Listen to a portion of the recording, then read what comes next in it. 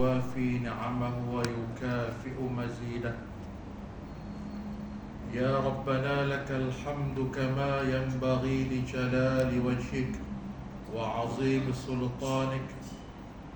اللهم صل وسلم وبارك على سيدنا محمد وعلى آله وصحبه أجمعين.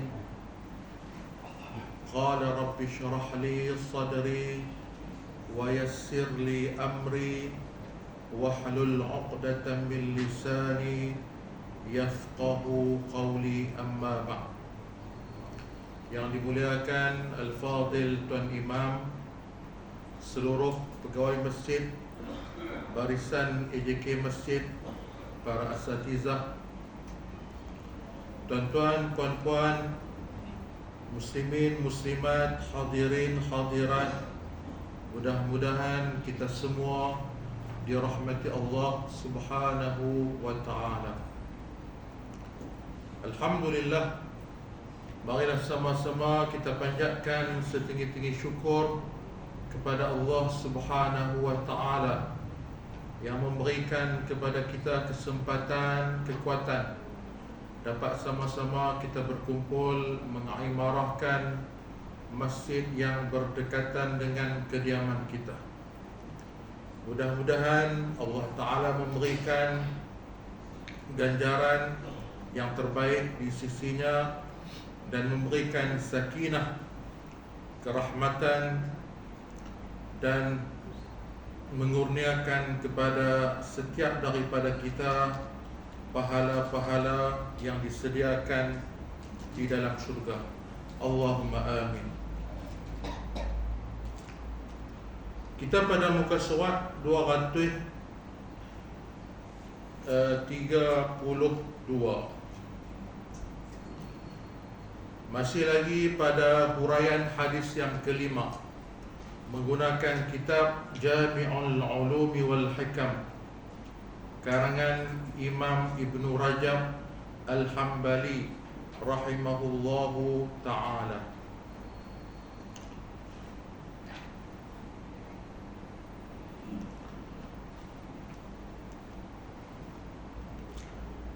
Tajuknya ialah pada jenis yang kedua.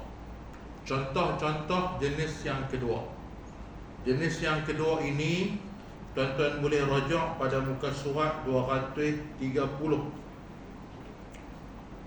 iaitulah berkenaan dengan muamalat yang memerlukan kepada keredaan daripada orang yang membuat kontrak.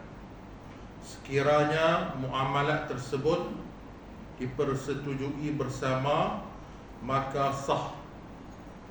Kalau sekiranya tidak dipersetujui bersama, maka hukumnya tidak sah dan muamalat tersebut ditolak.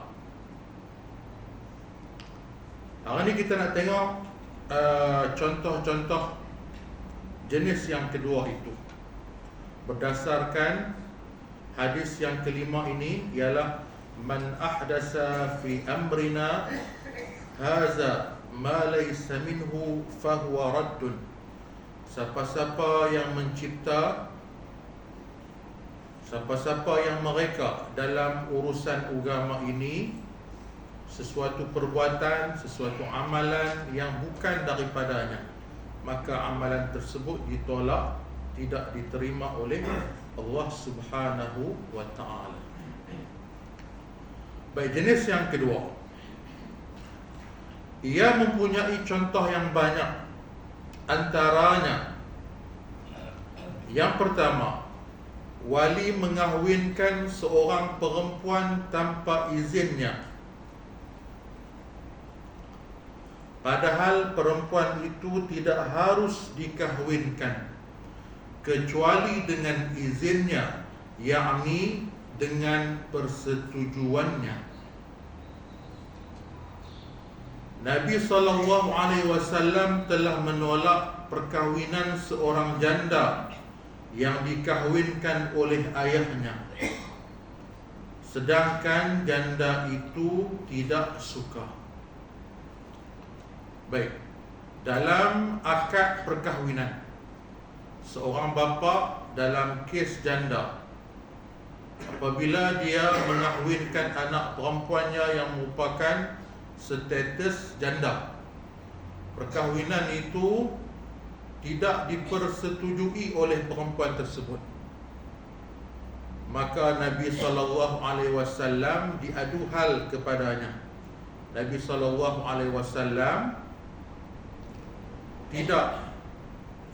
Nabi SAW menolak perkahwinan tersebut kerana si bapa tadi tidak mempunyai kuasa ke atas anak perempuannya yang janda. Diriwayatkan juga bahawa baginda SAW memberi pilihan kepada seorang wanita yang dikahwinkan tanpa izinnya, sama ada mahu meneruskan atau memutuskan perkahwinan itu.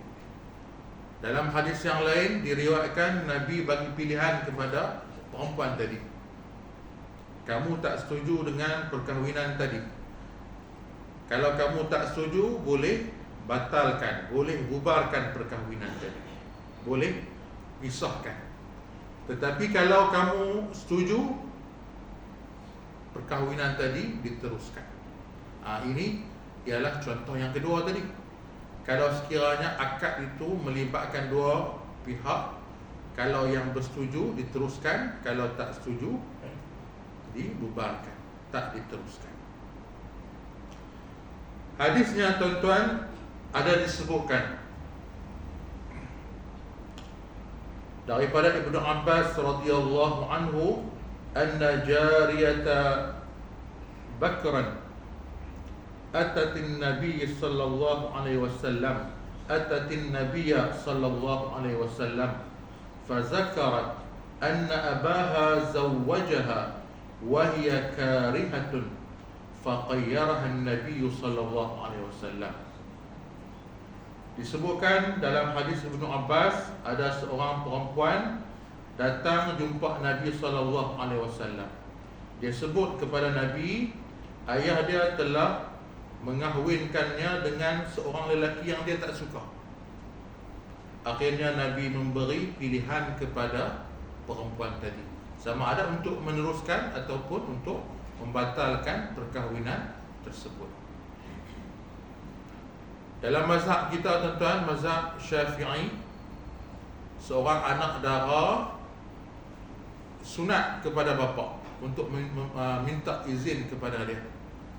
Memanglah si bapa itu boleh memaksa, tetapi disunatkan kepada si bapa bertanya dulu, adakah dia bersetuju dengan calon pilihan si bapa ataupun si ibu dia.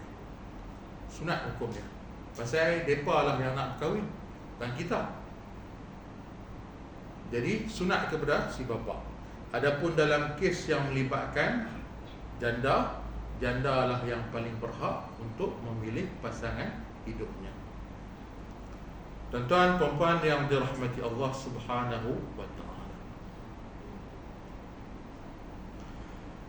berkenaan hukum nikah ini, sama ada ia terbatal atau bergantung kepada persetujuan wanita itu, terdapat dua riwayat daripada Imam Ahmad.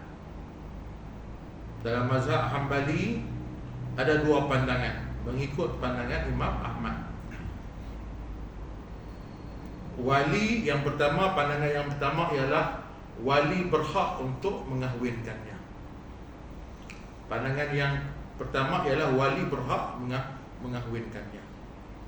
Dan pandangan yang kedua ialah dia sendiri berhak. Apabila dia berhak untuk memiliki hartanya sendiri, maka si bapa tidak boleh memaksa perempuan tadi.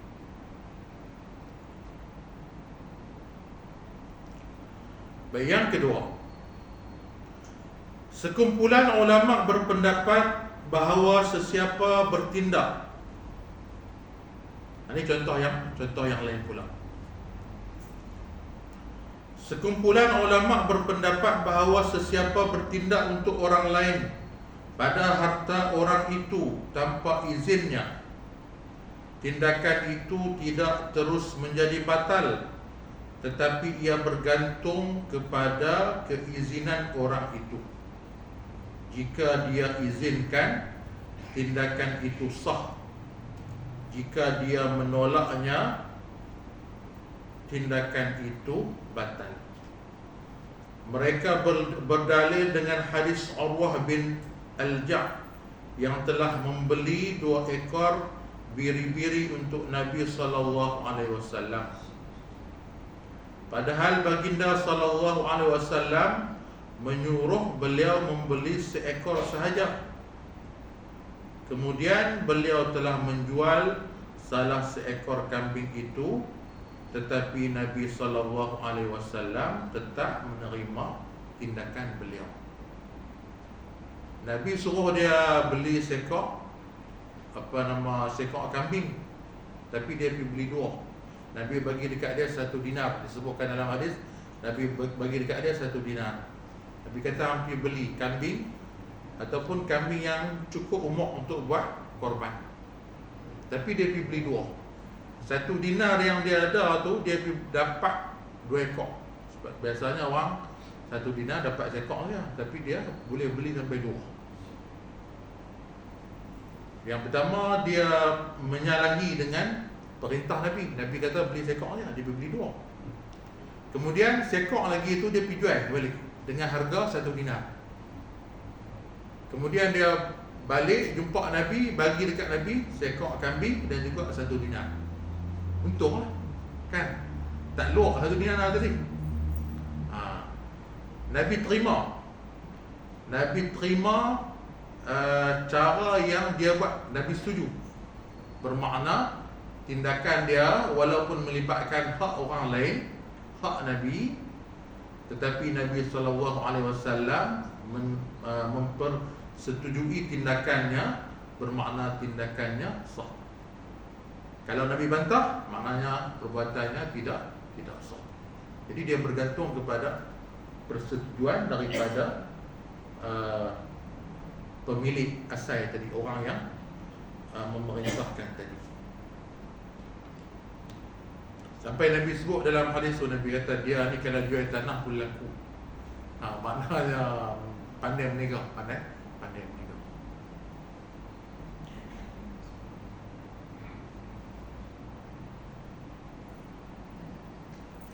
Jadi dia pada contoh yang kedua ni, seperti mana yang kita sebutkan, bukan semua tindakan yang dibuat oleh seseorang yang tidak dibenarkan oleh pemilik asal itu tidak sah. Kalau dia benarkan, dia setuju, sah, diteruskan. Kalau dia tak setuju, barulah dibatalkan. Dalam riwayat terkenal daripada Imam Ahmad, beliau mengkhususkan hukum tersebut dengan orang yang bertindak untuk orang lain pada harta orang itu dengan persetujuan, tetapi dia menyalahi persetujuan itu. Asal Nabi SAW minta beli 1, tapi dia menyalahi perintah Nabi, dia pergi beli 2. Modal pun dapat, barang yang Nabi minta dia beli pun dapat kambing. Nabi tengok, Nabi setuju dengan tindakan dia, maka tindakannya disahkan oleh syarak sebagai sah dan patuh syariah.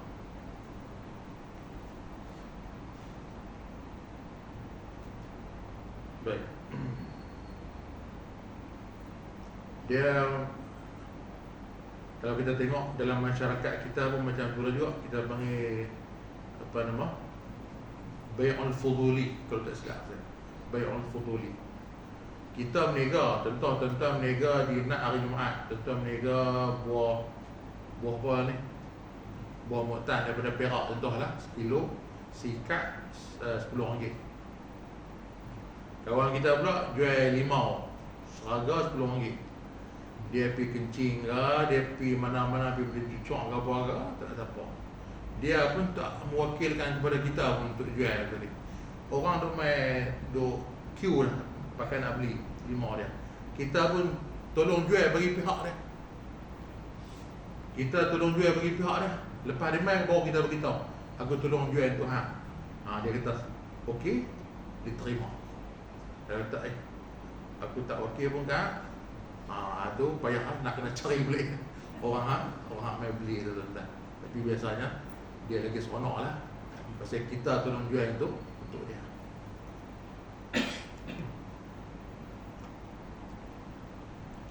Yang ketiga,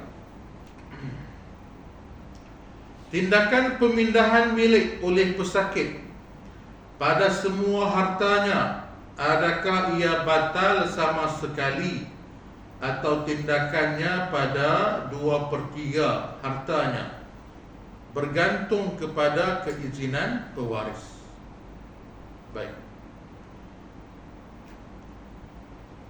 pesakit tadi dia duduk dalam keadaan nak mati, maradul maut. Dia ada harta banyak, tiba-tiba dia pindahkan milik dia, harta dia kepada orang lain.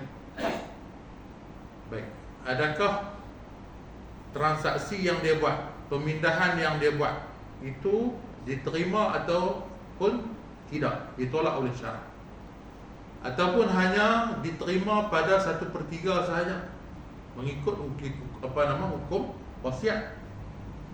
Baik, apa kata ulama tentang? Dalam persoalan ini terdapat perselisihan yang masyhur di kalangan ulama. Perselisihan juga berlaku dalam mazhab Ahmad dan mazhab-mazhab yang lain. Ulama berselisih pandangan tentang orang yang berada dalam maradul maut, sakit nak mati, kemudian dia pergi bagi harta dia kepada orang lain. Dia hibahkan, dia wakaf, dia sedekah, dalam apa-apa bentuk niat dia sekalipun.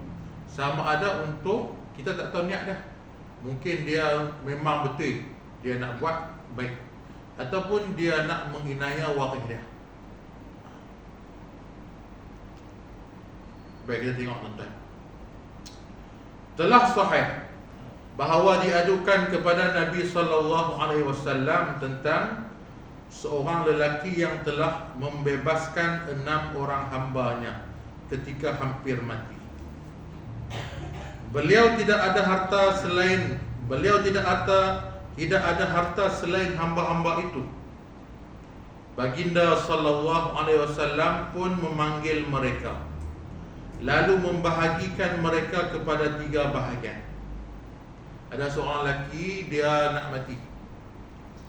Masa dia nak mati ataupun sakit nak mati itu, dia ada harta dia cuma 6 orang hamba. Hamba ni mahal lah tuan-tuan. Dia kata, aku nak bebaskan semua 6 ni. Sebelum aku mati, aku nak mereka ni menjadi merdeka, macam lain, macam aku. Baik, harta lain dia tak nak dah, 6 orang hamba tu sahaja. Apa yang Nabi buat tuan-tuan? Apabila diadukan kepada Nabi SAW, Nabi panggil hamba-hamba tadi, lalu membahagikan mereka kepada 3 bahagian. Nabi bahagi kepada 3 bahagian. Baginda SAW membebaskan 2 orang daripada mereka dan mengekalkan 4 orang yang lain sebagai hamba. Nabi hanya sahkan apa yang dia buat pada 1/3 harta dia sahaja. 1/3 tu menyamai dengan 2 orang hamba tadi kan. 2/3 dia kata 4 tak boleh. 1/3 je. Pasal apa? 4 orang hamba lagi milik waris. Aku hanya benarkan 1/3 mengikut hukum wasiat. Mengikut hukum wasiat. 2 orang mereka, 4 orang lagi hamba. Jadi tetap jadi hamba. Harta itu berhak, hamba itu berhak dimiliki oleh waris si mati. Baginda SAW menegur lelaki itu dengan kata-kata yang keras. Boleh jadi para warisnya tidak mengizinkan pembebasan semua hamba tersebut. Nabi tegur lelaki tadi, hang pasal apa Nabi cakap dengan cakapnya, Nabi kata sepatutnya tak boleh buat macam ni. Sampai nak bebas 6 orang hamba yang hang ada. Hak tu saja harta yang hang ada. Lepas tu waris hang nak dapat apa? Jadi Nabi sahkan, Nabi hanya mengesahkan sedekah ataupun kebaikan yang dibuat oleh kawan tadi sebelum dia mati pada 1/3 daripada harta dia sahaja. Tuan-tuan yang dirahmati Allah Subhanahu wa taala. Soalan cikgu apa nama bulan lepas apa? Saya pun lupa. Dia macam ni dia atau dia sakit nak mati ke tak lah? Nama kaidah ni. Ha? Ha?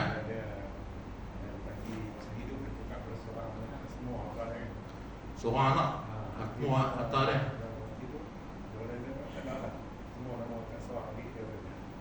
Anak ke adik? Dia ada anak ramai, tapi dia bagi, dia hibah dekat anak dia seorang tu saya.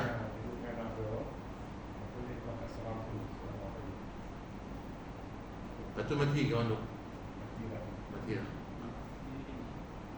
Dia kalau kita tengok tentang macam yang kita sebut hari tu, sunat kepada si bapa ataupun si ibu untuk memberi hibah ataupun apa-apa pembahagian kepada anak-anak dia secara sama kata, baik lelaki ataupun perempuan. Ataupun masuk sama kata itu boleh juga ditafsirkan mengikut faraid. Sebagian ulama, kalau dia hanya mengkhususkan seorang anak dalam pemberiannya, tindakan dia itu sah, tetapi perbuatan itu haram. Perbuatan itu haram. Nanti kita akan tengok dalam tajuk dia nanti. Ulang. Tindakan dia haram. Kalau yang tu ketika dia sihat, yang tu ketika dia sihat. Tapi kalau ketika dia nak sakit, nak mati,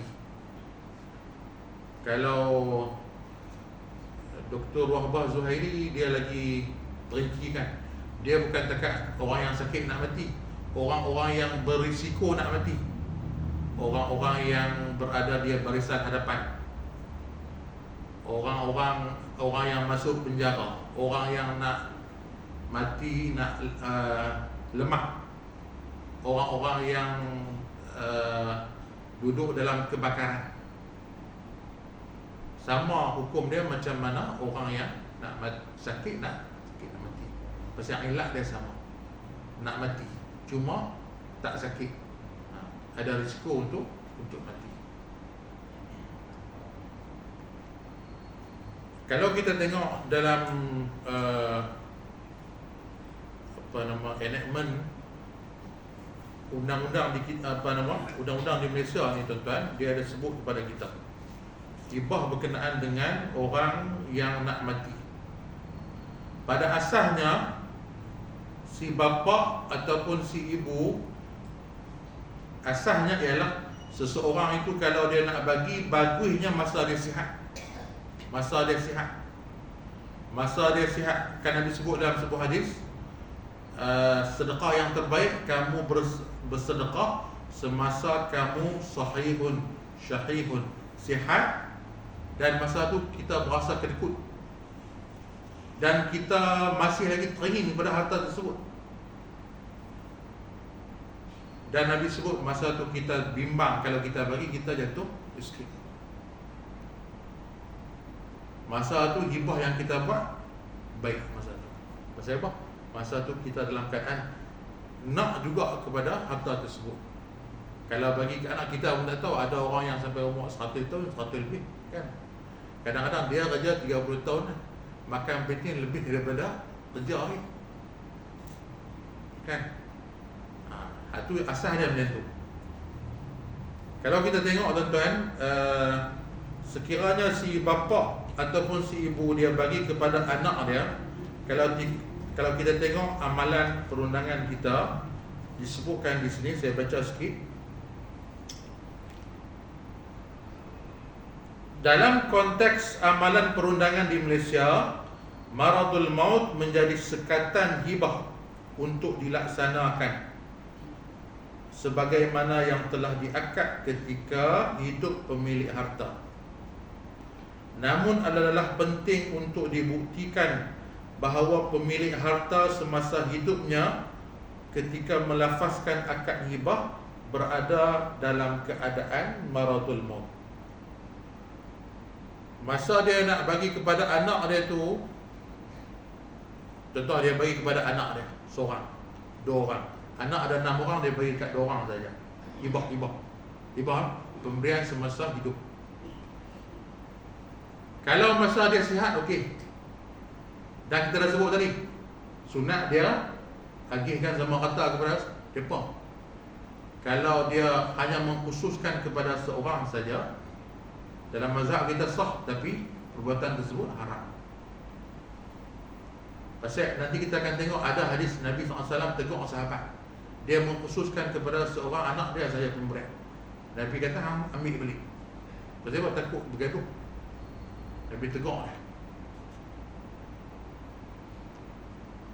Dalam undang-undang kita, tuan-tuan, kalau orang yang berada dalam sakit nak mati, dia buat hibah masa tu, ataupun dia buat apa-apa selain daripada hibah, benda-benda yang tabarruk, sedekah apa semua ni, dia transaksi dia tu tersekat, tak boleh terbatas. Dan kalau sekiranya adik-beradik tuntut, mereka kena sahkan orang yang membuat hibah tu memang berada dalam keadaan sakit nak mati. Kena sah daripada doktor. Biasanya orang yang sakit nak mati ni, dia sakit yang membawa kepada mati, tak sampai ke stone. Tak sampai ke stone. Ataupun boleh lejak stone, tapi dia sakit yang sama juga. Semakin teruk, lepas stone tu makin teruk, dia mati sebab yang sama. Kalau kita tengok dalam banyak-banyak, saya dah tengok luar lah, ada beberapa kes yang mereka buat ni, hibah yang diberikan kepada anak, payah nak dibuktikan bahawa kawan tadi berada dalam maradul maut. Pasal kawan tadi yang kata yang waris kata dia ni berada dalam maradul maut ni, dia sendiri yang picok tangan dia di bawah tanah, dia bergerak.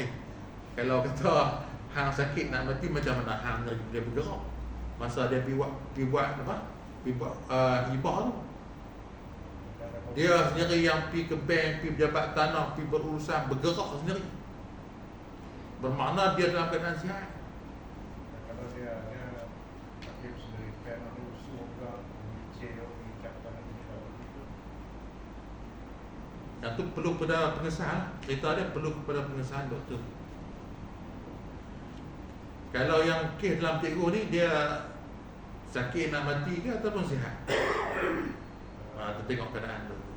Dan ada kes yang sihat. Kalau yang lain ada juga dia duduk dengan dia kan. Dia spread ucap dari orang yang Oh, dia pergi. kalau dah tinggal tak ada daya tu. Tak, kawan tadi penghibah tu, dia dalam keadaan sakit ataupun tidak? Itu cerita dia. Poin dia.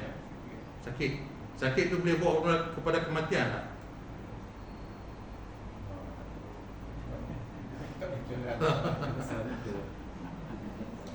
Dia kena sah.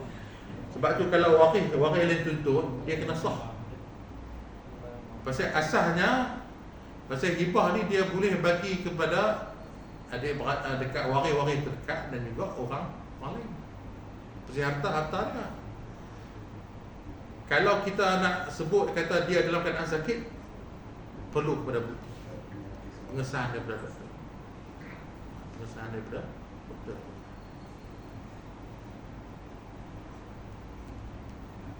Baik.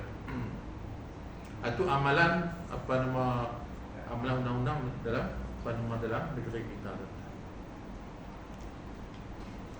Cuma asal dia macam itulah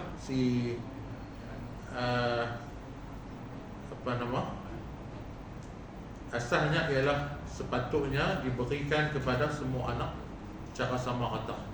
Bahkan akan diberikan pahala oleh Allah Ta'ala. Tapi kalau sengaja bagi kepada seseorang, akan menimbulkan perpecahan di kalangan anak-anak. Kalau dia berniat, sebab tu kalau kita tengok dalam bab wasiat, ada wasiat yang hukum dia haram. Wasiat, contohlah dia wasiat sebelum mati, 1/3 harta dia disumbangkan kepada kelab malam, betul lah. Haram.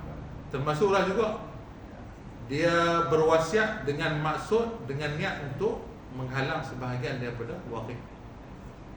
Boleh juga hukum dia.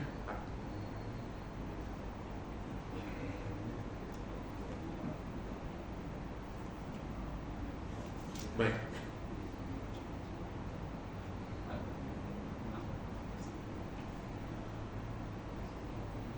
Baik, yang keempat,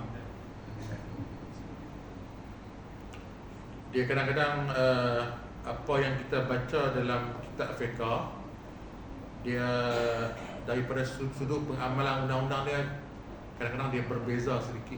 Bukanlah kita berbeza kerana mereka melihat kepada banyak aspek. Pasal nak sah kata dia tu berada dalam keadaan mati tu payah. Pasal asalnya harta tu harta dia. Bila dia bagi dalam keadaan, pasal bila ada pertikaian kata dia bagi dalam keadaan dia nak mati, perlu kepada, barulah boleh menghalang waris yang mendapat secara hibah itu diambil balik bahagian tersebut, hibah tadi. Yang keempat, ada sebab. Yang keempat ialah jual beli orang yang menyembunyikan kecacatan barang, yakni al-mudallas dan seumpamanya, seperti jual beli musarrah, najash, talaqi ar-rukban dan seumpamanya. Baik, contoh yang keempat pula, jual beli yang orang yang menyembunyikan kecacatan tersebut, seperti mudallas. Contoh tengok kita tengok dalam nota kaki di bawah tu, jual beli musarrah. Mengikut Imam Asy-Syafi'i nombor 3, musarrah ialah haiwan yang tidak diperah susunya beberapa hari sehingga banyak susu terkumpul di dalam kantongnya. Pembeli menyangka haiwan itu mempunyai susu yang banyak, lalu sanggup menaikkan harganya. Apabila diperah 2-3 kali, didapati dia telah tertipu. Bai'ul musarrah. Penjual ini dia pandai, dia biar susu tak perah 2-3 hari. Tengok, kita panggil apa? Bengkak lah. Bengkak susu. Kambing tadi tengok dia nenek-nenek besar. Pasal apa? Susu banyak. Saja dia tak apa. Kita pun pergi hari peladang tengok, sakan ni. Kata luar biasa punya susu ni. Kita pun beli. Tiba-tiba lepas kita perah 2-3 kali tengok, makin asal banyak, lepas tu kurang. Rupanya kita menjadi mangsa. Itu bai'ul musarrah. Scam. Yang kedua, najash. Apa dia najash? Tengok nota lagi yang keempat, tuan-tuan. Najash ialah seorang memuji barang jualan dengan tujuan untuk melariskan atau menaikkan harganya, sedangkan dia tidak mahu membeli barang tersebut. Tujuannya ialah supaya orang lain membelinya. Dia ni bukan nak beli pun, dia tolong pergi penaik harga. Dia tolong penaik harga. Dia tak padan, dia tak set ni, akan 300 ni, brand ni 500 kau boleh. Kau pembeli betul ni, betul juga. Lepas tu pula mai orang yang kedua pula, boleh naik lagi ni. Macam bidah lah orang yang memang sengaja masuk, orang yang bukan semua orang betul nak masuk dalam bidah tu pun. Abang penaik harga tu. Baik. Atau kita panggil najas. Talaqi rukban dan seumpamanya. Apa dia talaqi rukban? Iaitu menemui para peniaga yang datang ke bandar sebelum mereka memasuki bandar. Mereka belum mengetahui harga pasaran. Orang Badui mai masuk pekan, mereka bawa barang mereka. Mereka pun tak tahu harga terian di pekan Jitra berapa. Tahu kan? La terian di Perak. Mereka pun tahu berapa hari ni. Terian kampung 15 kilo. Kan? Musangki mereka pun tak tahu. Orang tempatan kata, mana musangki orang jual RM5 pun. Tentu mereka tak tahu zaman dulu lah. Tak ada handset apa semua ni. Mereka pun beli dengan harga murah. Yang ni penjual kena tipu pula. Bukan pembeli, penjual kena tipu. Sebab mereka orang Badui masuk bandar, mereka tak tahu harga semasa berapa, mereka pula kena scam. Baik. Cuba tengok tuan-tuan. Tentang kesahihan setiap jual beli ini ada perselisihan yang masyhur dalam mazhab Imam Ahmad. Sejumlah ulama hadis berpandangan bahawa jual beli ini batal dan ditolak. Sebagian ulama kata jual beli ini jual beli kambing, lembu yang di scam susu dia, ataupun talaqi ar-rukban yang kita sebutkan itu, jual beli ini tidak sah dan ditolak oleh syarak. Pandangan yang sahih ialah jual beli itu sah. Tapi pandangan yang sah, yang sahih, yang betul, jual beli yang kita sebutkan tadi, tiga-tiga tadi, hukum dia sah. Cuma penjual tadi dia berdosa. Penjual tadi dia berdosa. Macam yang kita sebut, betul lah. Kan, pergi buat haji guna duit haram. Haji sah, tapi mabrur tak tahulah dapat ke tak. Sah. Baik. Tetapi bergantung kepada persetujuan pihak yang dizalimi untuk meneruskannya ataupun tidak. Kalau pembeli bersetuju, dia kata tak apalah, aku bukan nak ambil susu dia sangat pun, yang penting dia ada susu saya, boleh perah dah, dia pun setuju. Jual beli tadi diteruskan.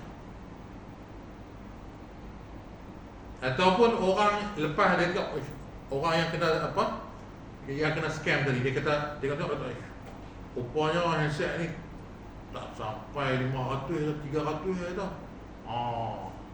Dia berkata tak apalah, aku setuju lah. Dia setuju dengan keredaan dia. Keredaan itu diambil kira. Jualan tadi sah.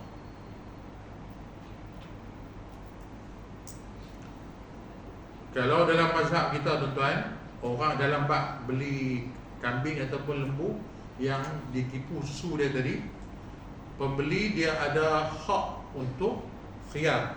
Khiyar maksud dia memilih untuk meneruskan ataupun membatalkan. Kalau dia batalkan, susu yang dia telah ambil tadi, yang dia telah minum tadi, dia kena ganti dengan segantang juga. Segantang sok min tamar, segantang kurma. Pasal dia nak ambil susu. Masa dia nak pulangkan balik kambing tadi, bagi balik kambing tadi, tukar susu yang dia dah minum tadi dengan segantang buah kurma. Kalau dia setuju tak apa. Yang ni kalau dia tak setuju.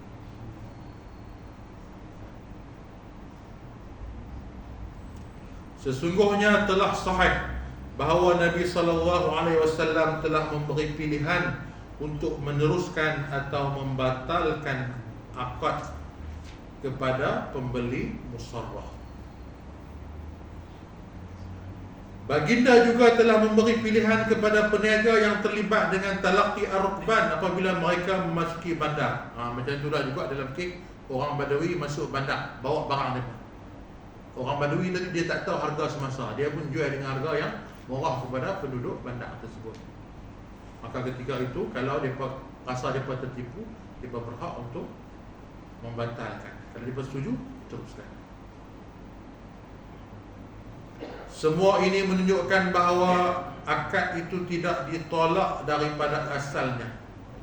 Sebahagian ulama yang berpendapat bahawa akad itu batal telah dibangkang dengan hadis al-musarrah dan mereka tidak dapat menjawabnya. Ulama yang kata batal secara total itu baik al-musarrah, jual kambing yang ada susu yang dengan tujuan untuk menipu tadi, abang kata susu banyak. Depa yang berpandangan kata tak sah itu, pandangan mereka telah ditolak dengan hadis yang Nabi sebut. Nabi kata siapa yang jual beli kena tipu dalam bak susu binatang tersebut, dia boleh batalkan. Kalau dia nak, teruskan. Kalau dia batalkan, dia kena ganti dengan segantang korban.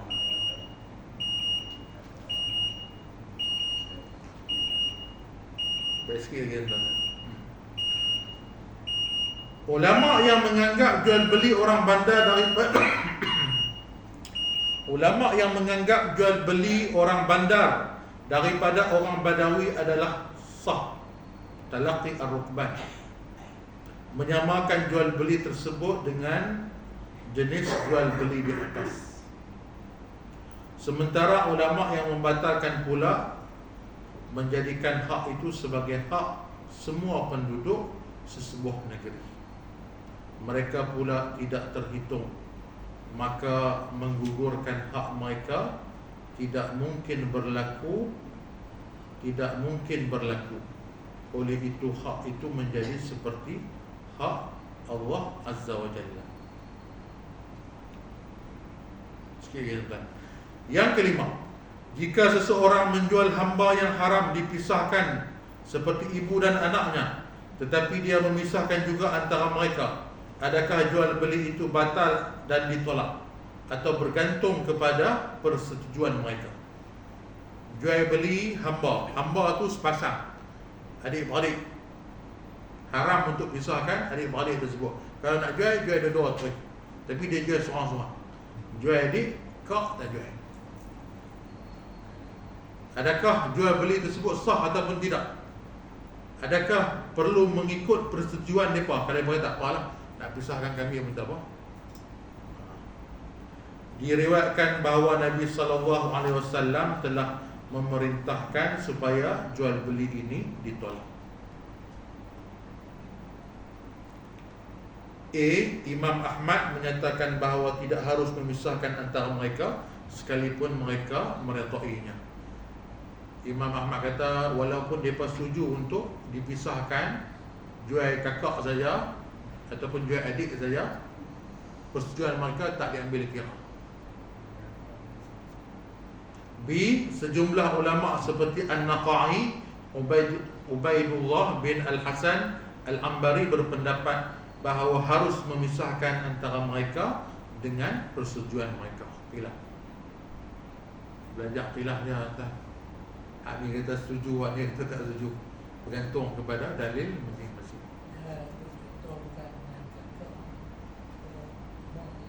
Mak dengan anak. Mak dengan anak. Seperti ibu dan anak. Seorang ibu dan anak dia.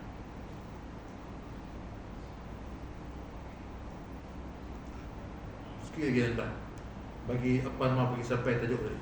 Berdasarkan pendapat ini, pandangan bahawa akad itu sah dan bergantung kepada persetujuan adalah lebih kuat. Pandangan yang B lebih kuat lagi lah. Pasal apa? Kalau mereka setuju, persetujuan mereka diambil kira. Anak dengan mak tadi, mereka setuju bahawa mereka dipisahkan dalam jual beli. Jual mak saja, anak tak jual. Jual anak saja, mak tak jual. Persetujuan itu diambil kira dan pandangan itu lebih kuat. Dan yang terakhir adalah yang keenam, tuan-tuan. Yang keenam ialah jika seseorang mengkhususkan pemberian kepada sebahagian anak-anaknya, pemberian itu mesti dikembalikan sebab telah sahih bahawa Rasulullah SAW memerintahkan Bashir bin Sa'ad mengambil kembali mengambil kembali pemberian seperti itu setelah beliau mengkhususkan pemberian kepada anaknya, yakni An-Nu'man radhiyallahu anhu. Bashir dia bagi kepada anak dia Nu'man satu pemberian yang khusus. Dekat anak dia yang lain dia tak bagi. Kemudian diadu hal kepada Nabi sallallahu alaihi wasallam. Nabi kata, Bashir ambil balik hibah yang bagi kepada anak-anak. Pasal yang bagi kat dia saja, anak lain tak bagi. Baik, tengok tuan-tuan. Tindakan ini tidak menunjukkan pemberian itu tidak berpindah milik kepada anak. Pemberian itu sah dan lulus untuk memelihara hak pemberi jika dia menyamakan antara anak-anak dalam pemberian itu. Kalau dia sama katakan pemberian tersebut, pemberian itu sah.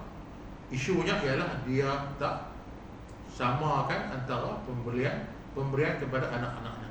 Hanya dia mengkhususkan kepada Nu'man. Menurut Mujahid,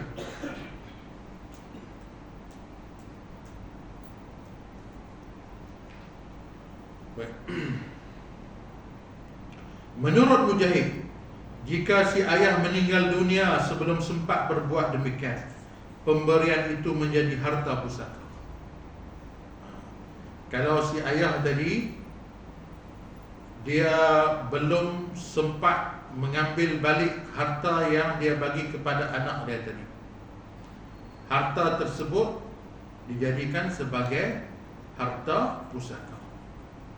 Pendapat seumpama ini juga telah diriwayatkan daripada Imam Ahmad.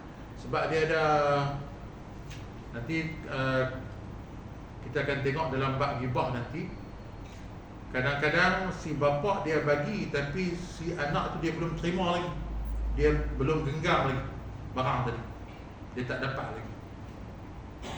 Kadang-kadang dia dapat dah, nama dah tukar. Kadang-kadang dia nama tak tukar lagi, jadi dia tak kuat di situ. Dia tak serah kunci lagi, dia tak serah dokumen-dokumen dia lagi. Jadi penyerahan itu belum diterima sempurna. Maka harta tersebut dianggap sebagai harta pusaka. Diriwayatkan juga daripada beliau bahawa pemberian itu batal, tetapi majoriti ulama berpandangan bahawa pemberian itu tidak batal. Macam mana yang kita sebut tadi, perbuatan itu sah tapi berdosa. Sebab tu Nabi SAW, kalau Nabi mengiyakan perbuatan yang dibuat oleh sahabat tadi, walaupun sah, berdosa, rugilah dia, kan? Jadi Nabi tegur perbuatan dia, Nabi minta dia ambil balik barang yang dia bagi kepada anak dia tadi. Sebab anak lain tak dapat. Adakah para pewaris berhak meminta kembali pemberian seperti itu atau tidak? Dalam persoalan ini terdapat dua pandangan masyhur dalam Imam Ahmad. InsyaAllah kita akan sambung nanti talak yang dilarang seperti talak suatu apapun dalam dalam pengajian kita apabila terlibat dalam kes perundangan, kita kena rujuk elemen negeri Kedah kita, dalam bab hibah, dalam bab wasiat dan seumpamanya. Kerana pendidikan itu mereka telah menggazetkan undang-undang untuk kebaikan semua. Yang kita belajar ini, yang kata sah tak sah apa semua ni, itu pandangan-pandangan mazhab, dan yang diputuskan ialah pemerintah dalam sesebuah negeri. Setiap negeri ada elemen syariah masing-masing. Kedahnya, Selangor, Sabah semua ada. Jadi kita terikat dengan elemen-elemen tersebut. Kalau seseorang itu dia nak tuntut apa yang pemberian hibah yang diberikan oleh si bapa kepada si anak, dia perlu mengemukakan tuntutan kepada mahkamah dan terikat dengan undang-undang yang kita sebutkan. Wallahu a'lam wa a'lam bissawab.